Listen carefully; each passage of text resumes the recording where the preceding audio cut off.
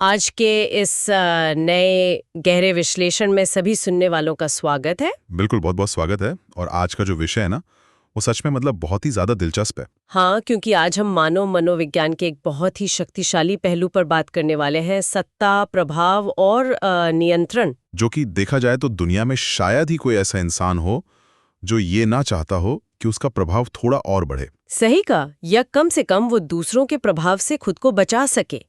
तो आज का हमारा पूरा ध्यान रॉबर्ट ग्रीन की मशहूर किताब द 48 लॉज ऑफ पावर, उसके 8वें नियम पर केंद्रित रहेगा। और इस चर्चा के लिए हमने कुछ बहुत ही अलग अलग दृष्टिकोण वाले स्रोत लिए हैं, जैसे बुके से इस किताब का सारांश है। हाँ, और नैट एलेंसन के वो बहुत ही गहराई से लिखे गए नोट्स भी हैं जो इस नियम की व्यावहारिकताओं को समझाते हैं। बिल्कुल।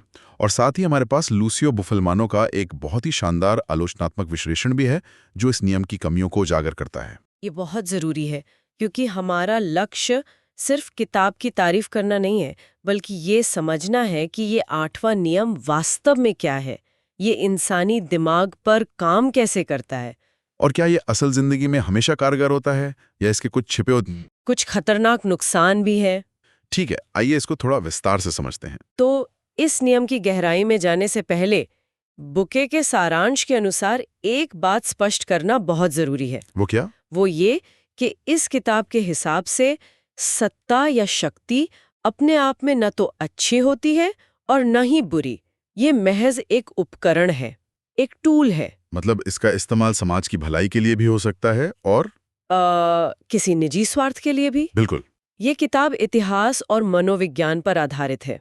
यहाँ कोई नैतिक उपदेश नहीं है, बस ये बताया गया है कि दुनिया असल में काम कैसे करती है। ये समझना वाकई बहुत जरूरी है। हम यहाँ किसी तरह के सही या गलत का फैसला नहीं कर रहे हैं, बल्कि मानव व्यवहार के पैटर्न को समझ रहे हैं। सही बात है। तो चलिए सीधे 8वें नियम पर आते हैं। रॉबर्ट ग्रीन का 8वां नियम साफ शब्दों में कहता है, दूसरों को अपने पास आने पर मजबूर करें, जरूरत पड़े तो चारे का इस्तेमाल करें। मतलब कि किसी भी स्थिति में खुद चलकर सामने वाले के पास जाने से बचें। हाँ, इसके बजाय कुछ ऐसी परिस्थितियां बनाएं कि सामने वाला व्यक्ति खुद आपके पास आने के लिए विवश हो जाए। और नैट एलेसन ने अपने नोट्स में इस बात पर बहुत जोर दिया है, जब कोई भी महत्वपूर्ण बातचीत या व्यावसायिक बैठक होती है तो ये नियम एक बहुत बड़ा मनोवैज्ञानिक प्रभाव डालता है। लेकिन आखिर ऐसा क्यों होता है? मतलब सिर्फ किसी के पास जाने या किसी को अपने पास बुलाने से इतना बड़ा फर्क कैसे पड़ सकता है? यहाँ सबसे दिलचस्प बात यह है कि जब कोई व्यक्ति अपने विरोधियों को अपने इलाके में बुलाता है तो मनोवैज्ञानिक रूप से उस जगह के माहौल का एक बहुत गहरा असर होता है। इलाके से आपका मतलब है उनका अपना ऑफिस या घर? हाँ, चाहे वो आपका ऑफिस हो, आपका घर हो या आपकी पसंद का कोई रेस्टोरेंट हो। नैट एलिसन के नोट्स स्पष्ट करते हैं कि जब कोई आपके क्षेत्र में आता है तो वो अवचेतन रूप से एक अनजान जगह पर होता है। तो वो थोड़ा नर्वस महसूस करता है। बिल्कुल। उसे वहां के माहौल का कोई अंदाजा नहीं होता। उसे नहीं पता होता कि कौन सी चीज कहाँ रखी है, वहां का तापमान कैसा है या वहां कौन लोग आ जा रहे हैं। ये अनिश्चितता उस व्यक्ति को एक रक्षात्मक स्थिति में ला देती है। एकदम सही। इसके विपरीत जो व्यक्ति अपने खुद के क्षेत्र में होता है वो पूरी तरह से सहज होता है, क्योंकि वो उसका अपना इलाका है। हाँ, उसे अपने माहौल की पूरी समझ होती है और इस वजह से वो बिना कुछ कहे ही पूरी बातचीत की दिशा और उसके सुर को बहुत ही सूक्ष्म तरीके से नियंत्रित कर सकता है। मुझे ना इसको सुनकर एक उदाहरण याद आ रहा है। जैसे एक मकड़ी होती है। मकड़ी, हाँ, ये बहुत ही बेहतरीन रूपक है। मकड़ी कभी भी अपने शिकार के पीछे पीछे दौड़कर अपनी ऊर्जा बर्बाद नहीं करती।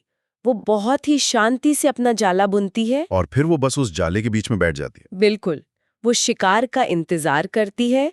शिकार खुद उस जाले में यानी मकड़ी के इलाके में आता है जहां मकड़ी का पूरा नियंत्रण होता है। और ये 8वां नियम असल में इसी बारे में है, ऊर्जा बचाने और सामने वाले व्यक्ति को पहला कदम उठाने पर मजबूर करने की रणनीति। जो व्यक्ति पहला कदम उठाता है या जो चलकर दूसरे के पास जाता है, वो अपनी कुछ शक्ति वहीं खो देता है, क्योंकि वो दूसरे के इलाके के नियमों के अधीन हो जाता है। ये रूपक वाकई इस नियम को बहुत साफ कर देता है।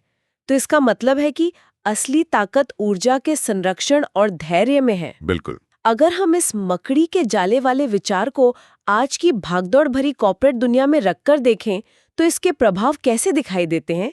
क्या ये आज के कार्यस्थल में भी लागू होता है? आधुनिक कार्यस्थल तो इस तरह के शक्ति प्रदर्शन का सबसे बड़ा केंद्र है। बुके के सारांश में बताया गया है कि कार्यस्थलों पर शक्ति का एक खेल लगातार और खामोशी से चलता रहता है। मतलब मीटिंग्स और नेगोशिएशंस में हाँ, उदाहरण के लिए जब दो बड़ी कंपनियों के बीच कोई व्यापारिक सौदा होना होता है तो ये तय करना कि मीटिंग कहाँ होगी, ये कोई छोटी बात नहीं होती। ये अपने आप में एक बहुत बड़ा कूटनीतिक कदम होता है। बिल्कुल। अगर कोई कंपनी मीटिंग को अपने ही ऑफिस में रखने में सफल हो जाती है तो उसे खेल की भाषा में होम कोर्ट एडवांटेज मिलता है। लेकिन क्या ऐसा हमेशा संभव है? कई बार लोग इसे महज एक सुविधा मान लेते हैं कि चलो उनके ऑफिस में ही मिल लेते हैं। यही तो वो सूक्ष्म जाल है जिसे समझना जरूरी है। जो व्यक्ति दूसरों को अपने पास बुलाने में सफल होता है वो एक तरह से ये स्थापित कर देता है कि नियंत्रण उसके हाथ में है। जैसे जब कोई कर्मचारी अपने बॉस के बड़े से केबिन में जाता है, हाँ, एक लंबी सी मेज के पार बैठता है, तो वो माहौल ही उसे ये बता देता है कि अधिकार किसके पास है। ये बिना कोई कड़ा शब्द कहे शक्ति की एक बहुत ही मजबूत छवि बनाने में मदद करता है। सामने वाले व्यक्ति के दिमाग में ये बात बैठ जाती है कि उसे इस व्यक्ति के समय, स्थान और शर्तों के हिसाब से चलना पड़ रहा है। और वो जो चारे वाली बात थी, जरूरत पड़े तो चारे का इस्तेमाल करें। चारा डालने का मतलब यही है कि आप सामने वाले को कोई ऐसा प्रलोभन दें, कोई अच्छी डील, कोई मौका, जिसके लालच में वो खुशी खुशी आपके इलाके में आने को तैयार हो जाए। ये बात समझना बहुत जरूरी है। अगर इस नियम को नहीं समझा गया तो कोई भी व्यक्ति अनजाने में दूसरों के बिछाए जाल में आसानी से फंस सकता है। बिल्कुल फंस सकता है। अक्सर लोग सोचते हैं कि वे तो बस किसी मीटिंग के लिए जा रहे हैं, लेकिन असल में वे दूसरे व्यक्ति की शर्तों पर काम करने लगते हैं और धीरे धीरे अपने मूल भाव करने की शक्ति गंवा बैठते हैं। अगर कोई लगातार किसी को अपनी शर्तों पर अपने ही पास बुला रहा है तो ये एक साफ संकेत है कि वहां प्रभाव का खेल चल रहा है। इसी वजह से इन नियमों का विश्लेषण करना इतना अहम हो जाता है। इन नियमों को जानने का मतलब ये नहीं है कि कोई इनका इस्तेमाल दूसरों का शोषण करने के लिए करे। बुके का सारांश भी इस बात पर जोर देता है। इन हथकंडों की समझ होना इसलिए भी जरूरी है ताकि इंसान खुद को दूसरों की चालाकियों से बचा सके। जब किसी को पता होता है कि दूसरा व्यक्ति मनोवैज्ञानिक बढ़त लेना चाह रहा है तो वो पहले से सतर्क हो सकता है। वो सुरक्षात्मक स्थिति में जाने से बच सकता है। यहाँ पर बात सच में बहुत दिलचस्प हो जाती है, क्योंकि अब तक जो हमने बात की वो पूरी तरह से किताब के नजरिए और नैट एलायसन के विश्लेषण पर आधारित थी, जो इस नियम की तारीफ करते हैं। हाँ, लेकिन क्या असल जिंदगी में सब कुछ इतना ही सीधा होता है? लूसियो बुफलमानो ने जो आलोचनात्मक विश्लेषण किया है वो इस पूरी सोच को एक नई दिशा में ले जाता है। लूसियो का साफ कहना है कि इन नियमों को हर जगह आंख मूंद कर लागू करना बहुत ही नुकसानदेह साबित हो सकता है, और ये 8वां नियम भी कोई अपवाद नहीं है। लूसियो के ये विश्लेषण वाकई इस चर्चा में एक बहुत ही जरूरी संतुलन लेकर आता है। उनका नजरिया ये है कि हमेशा दूसरों का इंतजार करना सुनने में भले ही एक बहुत चतुर मास्टरमाइंड की रणनीति लगे, लेकिन असल में ये एक बहुत बड़ी हार की वजह भी बन सकता है। बिल्कुल। लूसियो स्पष्ट रूप से कहते हैं कि जो लोग सच में शक्तिशाली होते हैं वे दुनिया के अपने पास आने का इंतजार नहीं करते, वो मौके बनाते हैं, वे पहल करते हैं। इसका मतलब है कि हमेशा मकड़ी की तरह बैठे रहना बुद्धिमानी नहीं है। लूसियो के लेख में बताया गया है कि निष्क्रियता सीधे तौर पर विफलता की ओर ले जाती है। और इसका बहुत ही शानदार और व्यवहारिक उदाहरण है व्यक्तिगत रिश्तों और डेटिंग की दुनिया का। हाँ, ये बहुत दिलचस्प है। जरा सोचिए, अगर कोई इंसान किसी से रिश्ता बनाना चाहता है लेकिन वो 8वें नियम का कड़ाई से पालन करने लगे, वो ये सोचकर एक कोने में खड़ा रहे कि मैं बहुत शक्तिशाली हूँ, मैं इंतजार करूंगा कि दूसरा व्यक्ति चलकर मेरे पास आए, तो नतीजा क्या होगा?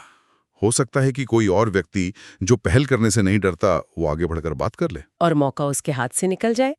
इस स्थिति में वो इंसान खुद को भले ही रणनीतिकार मान रहा हो, लेकिन असल में वो मौके गंवा रहा है। यही लूसियो का मुख्य तर्क है।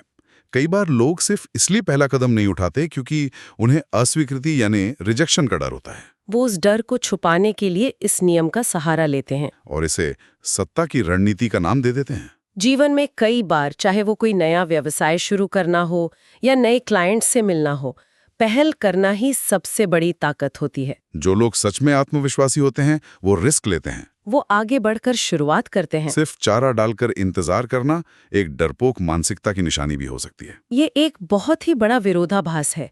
एक तरफ रॉबर्ट ग्रीन कहते हैं कि इंतजार करो, ऊर्जा बचाओ, और दूसरी तरफ लूसियो कहते हैं कि हमेशा इंतजार ही होता रहा तो इंसान अकेला रह जाएगा, सारे अच्छे मौके निकल जाएंगे। ऐसे में कोई ये कैसे तय करे कि उसे किस रास्ते पर चलना चाहिए? अगर हम इसको बड़ी तस्वीर से जोड़कर देखें तो हमें यह समझना होगा कि किसी भी नियम को पत्थर की लकीर मान लेना सबसे बड़ी भूल है। हाँ, लूसियो ने सामाजिक बुद्धिमत्ता या सोशल इंटेलिजेंस के महत्व पर बहुत जोर दिया है। उन्होंने बताने की कोशिश की है कि जब कोई इंसान सिर्फ नियमों को रटकर उन्हें लोगों पर लागू करने लगता है तो हालात कितने खराब हो सकते हैं। सुर्खियों में एक इंटरनेट फोरम रेडिट के बहुत ही प्रासंगिक उदाहरण का जिक्र किया गया है। वो हिस्सा सच में आंखें खोलने वाला है। रेडिट पर ऐसी कई कहानियां मौजूद हैं जहां लोगों ने द 48 लॉज ऑफ पावर को पढ़ा और फिर उन नियमों को बिना किसी समझ के अपने दोस्तों और परिवार पर आजमाना शुरू कर दिया। मतलब वो 8वें नियम को हर जगह लागू करते हैं, जैसे अपने दोस्त को हमेशा अपने घर बुलाना, अपनी शर्तों पर ही मिलना, किसी की मदद के लिए कभी आगे ना जाना, और वो असल में बहुत ही अजीब और समाज विरोधी यानी सोशियोपैथिक लगने लगते हैं। वो खुद को बहुत बड़ा रणनीतिकार समझते हैं, लेकिन सामने वाले को आसानी से समझ आ जाता है कि ये व्यक्ति गेम खेल रहा है। और इसका अंतिम परिणाम क्या होता है? क्या वे सच में शक्तिशाली बन पाते हैं? बिल्कुल नहीं। इसका नतीजा एकदम उल्टा होता है। उनका व्यवहार अविश्वास पैदा करता है। जब कोई व्यक्ति हर इंसान को एक मोहरे की तरह देखने लगता है तो उसके दोस्त और परिवार उससे दूर होने लगते हैं। शक्तिशाली बनने की बजाय वो इंसान पूरी तरह से अलग थलग पड़ जाता है। लूसियो साफ कहते हैं कि ऐसी रणनीतियां छोटी अवधि में भले ही काम आ जाएं, लेकिन सच्ची शक्ति और रिश्ते हमेशा विश्वास पर ही बनते हैं। तो अगर हम इस पूरे विषय का निष्कर्ष निकालने की कोशिश करें तो इस 8वें नियम का सही और संतुलित इस्तेमाल कैसे किया जा सकता है? इन दोनों दृष्टिकोणों के बीच का जो रास्ता है वो है रणनीतिक संतुलन और संदर्भ की समझ। 8वां नियम हर किसी के लिए हर समय काम नहीं करता। ये तब काम करता है जब आपके पास पहले से कुछ शक्ति या लेवरेज हो, है ना? बिल्कुल।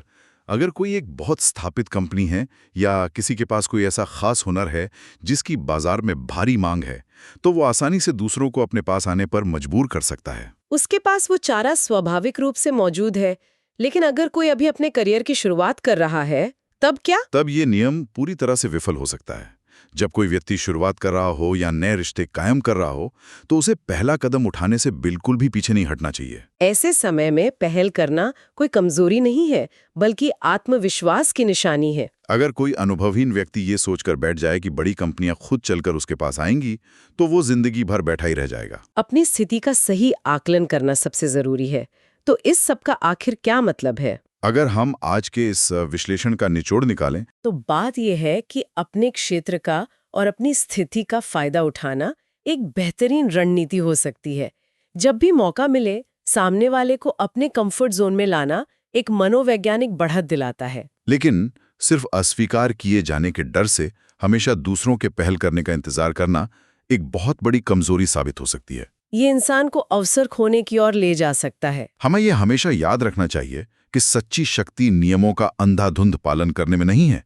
सच्ची शक्ति अपनी कमियों को स्वीकार करने और सही समय पर सही रणनीति चुनने में है। जिन लोगों के पास सच में शक्ति होती है, वे अपनी थोड़ी सी कमजोरी दिखाने या किसी की तरफ पहला कदम उठाने से घबराते नहीं हैं। बुके का सारांश भी ये याद दिलाता है कि शक्ति और मनोविज्ञान का अध्ययन समझदारी के साथ किया जाना चाहिए, और लूसियो का विश्लेषण इस पर मोहर लगाता है कि बिना सामाजिक समझ के कोई भी नियम भारी नुकसान ही पहुंचाएगा। करती है कि शक्ति कोई ऐसी चीज नहीं है जिसे किताब के कुछ नियमों को रटकर हासिल कर लिया जाए। इससे एक बहुत जरूरी सवाल खड़ा होता है जो इन सभी स्रोतों से परे है। वो क्या?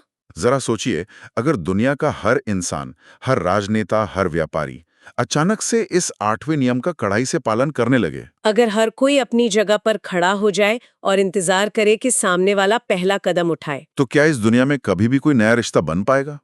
क्या कोई नया व्यापार शुरू हो पाएगा? या कोई शांति समझौता कभी हो सकेगा? शायद दुनिया की सबसे बड़ी और सच्ची सत्ता हमेशा उस व्यक्ति के पास होती है जो निडर होकर किसी अनजान क्षेत्र में कदम रखता है, अस्वीकृति और हार का जोखिम उठाता है, और फिर भी वहां अपनी काबिलियत से अपना ऐसा प्रभाव कायम कर लेता है कि लोग खुद ब खुद उसके साथ चलना चाहते हैं। ये वाकई एक ऐसा गहरा विचार है जो ये सोचने पर मजबूर कर देता है कि क्या लोग नियमों के गुलाम बन रहे हैं या सच में अपनी समझ को बढ़ा रहे हैं। बिल्कुल।